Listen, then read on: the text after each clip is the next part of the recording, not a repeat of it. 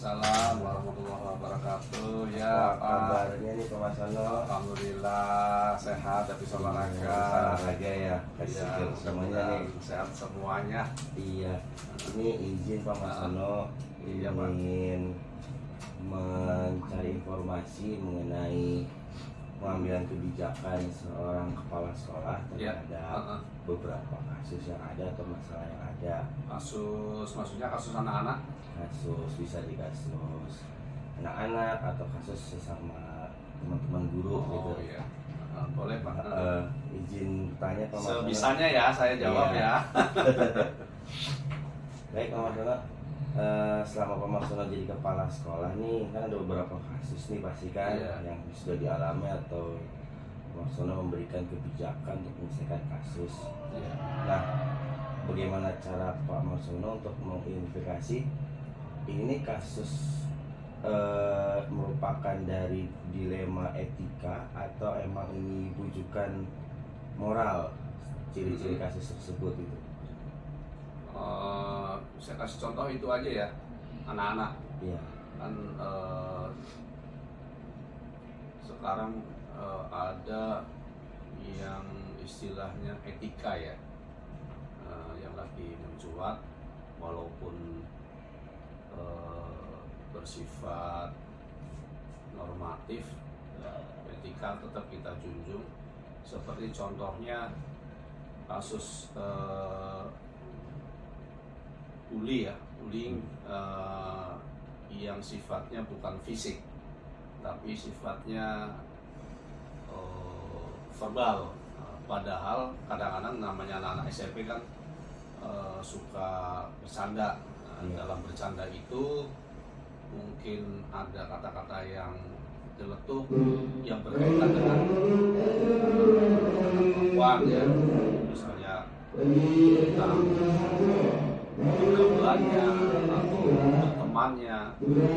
Kadang salah paham antara yang meledek ya, istilahnya gurau, yang bercanda, yang bercandain dengan yang dicandain, ada salah paham. Nah ini kan merupakan pelanggaran etika, kalau diteruskan dilanjutkan bisa membesar. Maka dari itu kita identifikasi bahwa pelanggaran-pelanggaran semacam itu, kasus-kasus yang semacam itu kita segera tangani dan memberikan pengertian dalam arti bahwa mana kasus yang etika dan mana yang kasus rujukan moral. Karena ini kadang untuk membedakannya agak rumit ya antara etika dengan rujukan moral. Etika ya cara pergaulan, kemudian cara berbicara. Kalau rujukan moral kan berkaitan dengan adab ya, adab, perilaku dan lain sebagainya. Nah, itulah mungkin dari situ kita bisa mengidentifikasikan kalau hanya pelanggaran kecil-kecil etika tetap kita proses dengan memberikan pengertian dan sanksi yang positif. Sedangkan rujukan moral itu rujukan moral yang berkaitan dengan perilaku ya, atau sikap ya, sikap moral anak ini antara di sekolahan dengan di rumah. Kasusnya padahal di rumah kadang bisa kebawa ke sekolahan. Sekolah. Iya. Nah, kadang-kadang kan anak-anak bisa itu langsung nggak bisa ngikutin mana yang baik mana yang enggak ya Pak ya. Kadang-kadang diikutin Tidak ke bisa bawah di membedakan sekolah ya, aja anak gitu. sekarang begitu. Kalau untuk pengambilan keputusan yang permasalahannya yang menurut Bapak tadi bisa secara bisa ditegur gitu aja Pak. Iya. Itu apakah ada tahap-tahapannya gitu Pak? Iya. Saat mengambil keputusan gitu. Kalau untuk kasus-kasus yang kita kan punya peraturan tata tertib, ada pelanggaran, poin-poin pelanggaran. Kalau kasus-kasus yang sifatnya etika ya, selagi dia tidak melanggar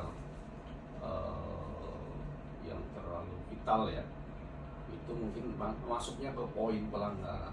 Nah, poin-poin pelanggaran bahwa ini jika memang salah tapi kesalahan itu tidak disengaja karena bercanda dan lain sebagainya, tetap ada poinnya. Nah, poin pelanggaran ini ada poin plus, ada poin negatif, ada positif, ada negatif. Ketika anak mendapatkan penghargaan, ya itu namanya poin positif, dia akan mendapatkan penghargaan. Untuk kayak tadi menurut Bapak bilang pakai poin-poin itu efektif tidak Pak untuk misalkan perkembangan anak yang sampai titik mana nih anak berani untuk tidak berani lagi untuk melakukan hal-hal bullying gitu Pak? Saya rasa efektif ya, karena selama menangani kasus itu dari BK, itu dibantu oleh BK, yang melanggar etika peraturan sekolah ya, itu tidak melakukan hal itu lagi yang sama. Hal itu mungkin dilakukan karena ketidaktahuan anak. Tidak. Iya.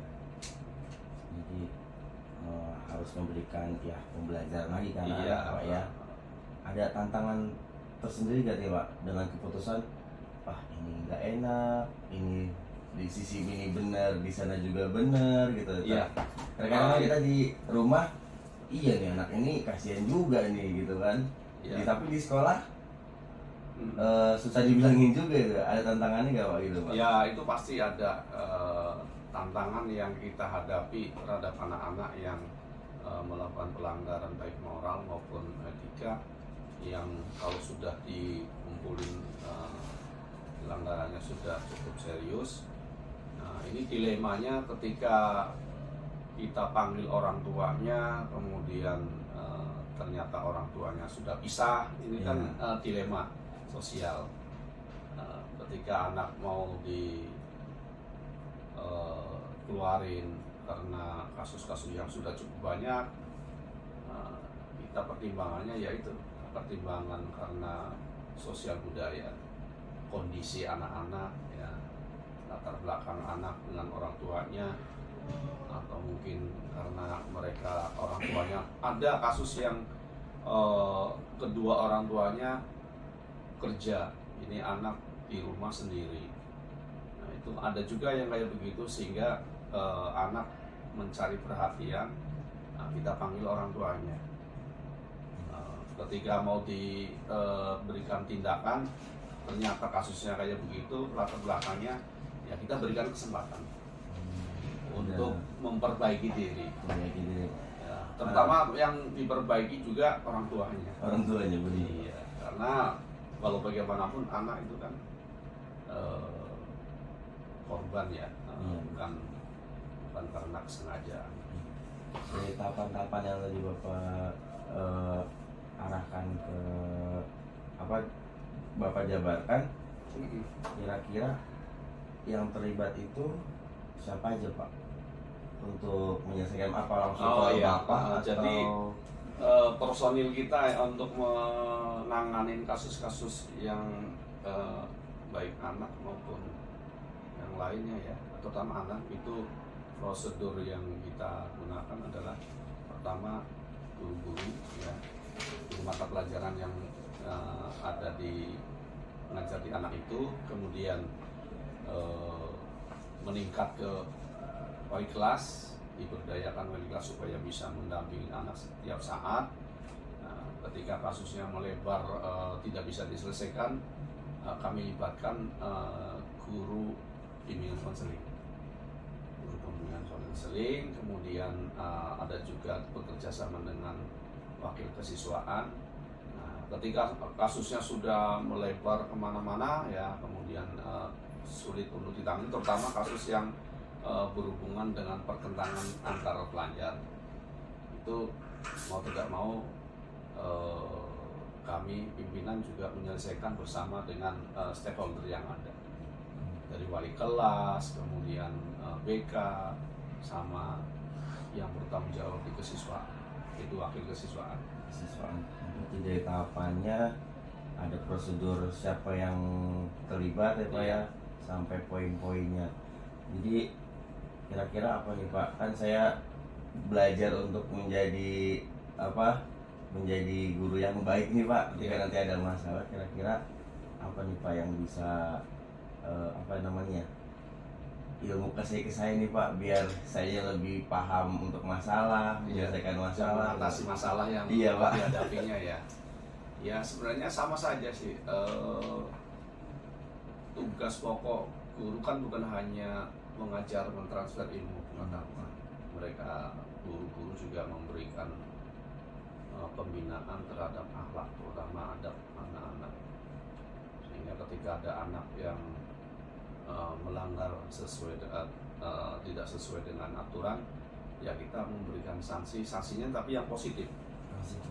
Contohnya ketika ada anak melanggar kegaduhan, ya, terus ada anak ketangkap masa bahwa dia melakukan kegaduhan di kelas ketika kegiatan belajar mengajar, ya kita kasih sanksi yang positif. Contohnya pada saat pembelajaran berlangsung, anak bisa diberikan sanksi hafalan Quran atau menulis ayat-ayat Al-Quran, dan mereka bisa merenungkan ayat-ayat suci Al-Quran itu dengan terjemahannya, sehingga mereka bisa lebih bermanfaat. Jadi tetap harus sabar dan memberikan manfaat buat anak-anak ya Pak ya. Iya, khususnya untuk pembinaan buat anak-anak etika, akhlaknya itu pertama. Baik Bapak Marsono, terima kasih banyak atas ilmunya. Iya. Semoga bermanfaat buat saya pribadi. Saya ucapkan banyak terima kasih. Saya pamit Pak. Ya, sama-sama. Saya senang sekali kita bisa berbagi. Terima kasih.